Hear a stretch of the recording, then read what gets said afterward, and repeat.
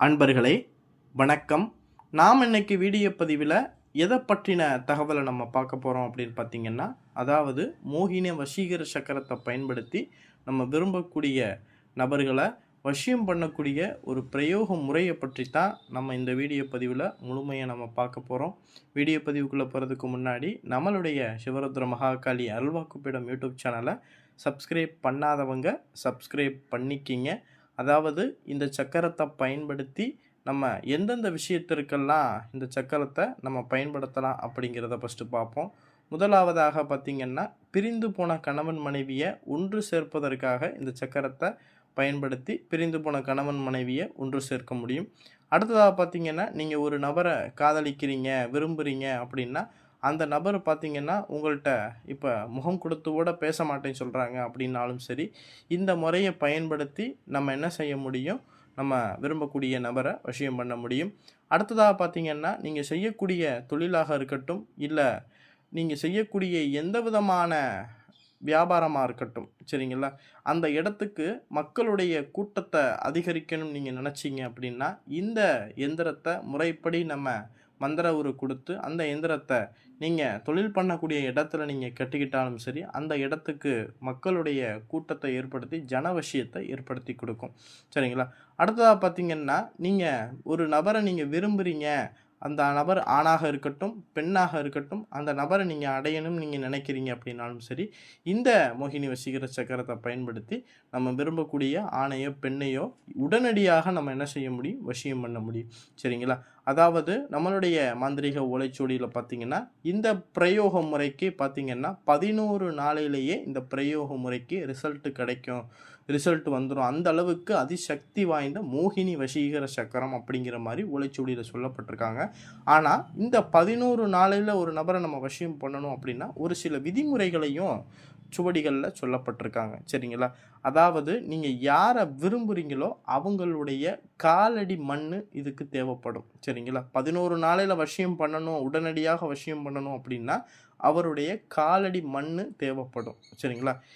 ஒரு பெண்ணை வசியம் பண்ண போகிறீங்க அப்படின்னா அந்த பெண்ணுடைய வலது காலடியுடைய மண் தேவைப்படும். ஒரு ஆணை வசியப்படுத்த போகிறீங்க அப்படின்னா அந்த ஆணுடைய இடது காலுடைய மண் தேவைப்படும். சரிங்களா. அடுத்ததாக பார்த்திங்கன்னா, அந்த ஆணுடைய ஃபோட்டோவோ இல்லை அந்த பெண்ணுடைய ஃபோட்டோவோ என்ன செய்யப்படும், தேவைப்படும். சரிங்களா. இந்த பொருட்களை வச்சு உங்களுக்கு உங்கள் நட்சத்திரம் வரக்கூடிய நாள் அன்னைக்குன்னு கேலண்டரில் பார்த்தீங்கன்னா, உங்கள் நட்சத்திரம் பிறந்த நட்சத்திரம் எந்த நட்சத்திரமோ அந்த நட்சத்திரம் எந்த நாளில் வருது அப்படிங்கிறத நம்ம என்ன செஞ்சுக்கிறணும், குறித்து எழுதி வச்சுக்கிறணும். அந்த நாளில் தான் இந்த பூஜையை நம்ம கட்டணும். சரிங்களா. அந்த நாளில் விடியற் காலையில் பிரம்ம முகூர்த்தத்தில் பார்த்திங்கன்னா ஒரு செப்பு தகடு இல்லைன்னா காரியத்தகடு, சரிங்களா, இந்த தகடை நீங்கள் என்ன செஞ்சீங்கன்னா கட் பண்ணி எடுத்து வச்சுக்கோங்க. உங்களுக்கு தேவையான அளவுக்கு கட் பண்ணி எடுத்து வச்சுட்டு நான் ஸ்க்ரீனில் கொடுத்துருக்கக்கூடிய இந்த சக்கரத்தை நீங்கள் அந்த தகட்டில் எழுதுங்க.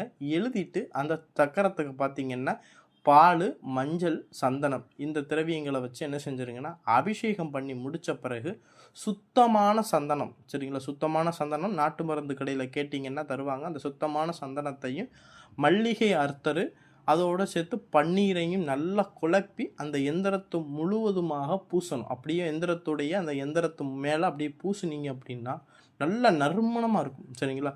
அதன் பிறகு அந்த எந்திரத்துக்கு சந்தனம், குங்குமம் இதெல்லாம் வச்சு ஒரு வாழை இலை ஒன்று விரித்து அந்த வாழை இலையில் நவதானியமோ நெல்லோ பச்சரிசியோ கொட்டி வச்சுருங்க.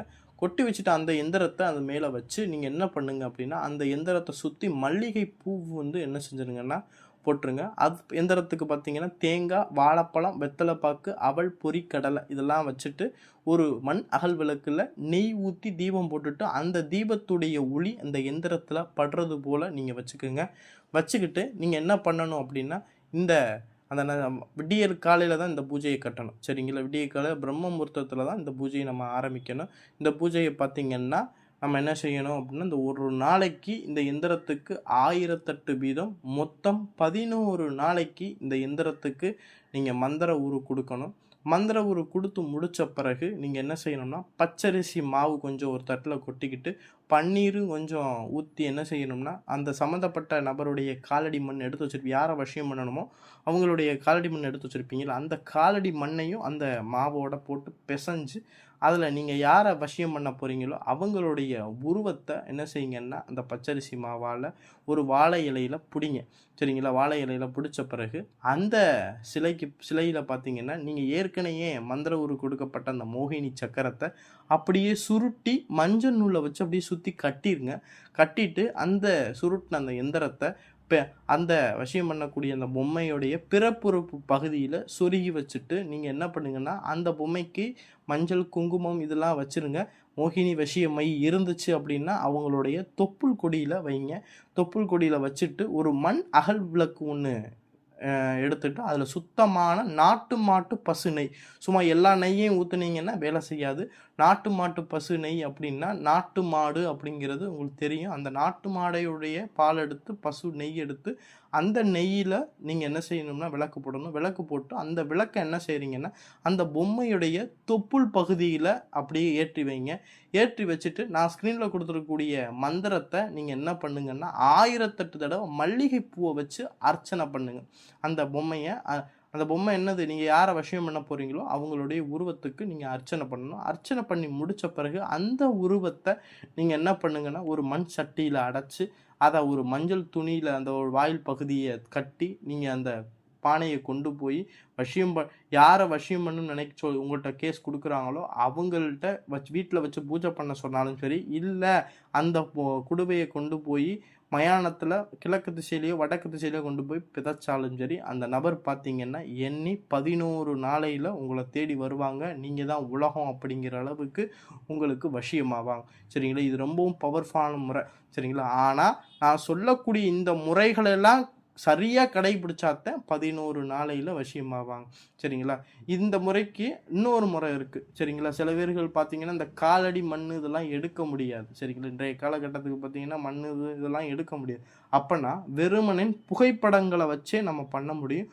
புகைப்படங்களை வச்சு பண்ணணும் அப்படின்னா 21 நாட்களுக்குள்ளே வசியம் பண்ண முடியும். சரிங்களா? இந்த முறை உங்களுக்கு பிடிச்சிருக்குன்னு நினைக்கிறேன். இந்த முறையில் உங்களுக்கு யாருக்கேனும் வசிய பூஜைகள் செய்து தரணும் நீங்கள் விருப்பப்பட்டீங்க அப்படின்னா எனக்கு நீங்கள் ஸ்க்ரீனில் தெரியக்கூடிய வாட்ஸ்அப் நம்பருக்கு தொடர்பு கொண்டு அதற்கு உண்டான விஷயங்களை கேட்டு தெரிவித்து நம்மள்கிட்ட செஞ்சு வாங்கிக்கிறலாம். அதே போல் எந்த ஊரில் இருந்தாலும் சரி, எந்த நாட்டில் இருந்தாலும் சரி, வெளிநாடுகளாக இருந்தாலும் சரி, எங்கே இருந்தாலும் நம்ம என்ன செய்வோம்னா பூஜை செய்து தருவோம். நீங்கள் வாட்ஸ்அப்பில் அந்த ஃபோட்டோவை மட்டும் நீங்கள் அனுப்பி வச்சா போதும், உங்களுக்கு வசிய பூஜை கட்டி உங்களுக்கு செய்து தரப்படும். சரிங்களா? வீடியோ பதிவு பிடிச்சிருந்துச்சு அப்படின்னா நம்மளுடைய சேனலை சப்ஸ்கிரைப் பண்ணுங்கள், லைக் பண்ணுங்கள். நன்றி, வணக்கம்.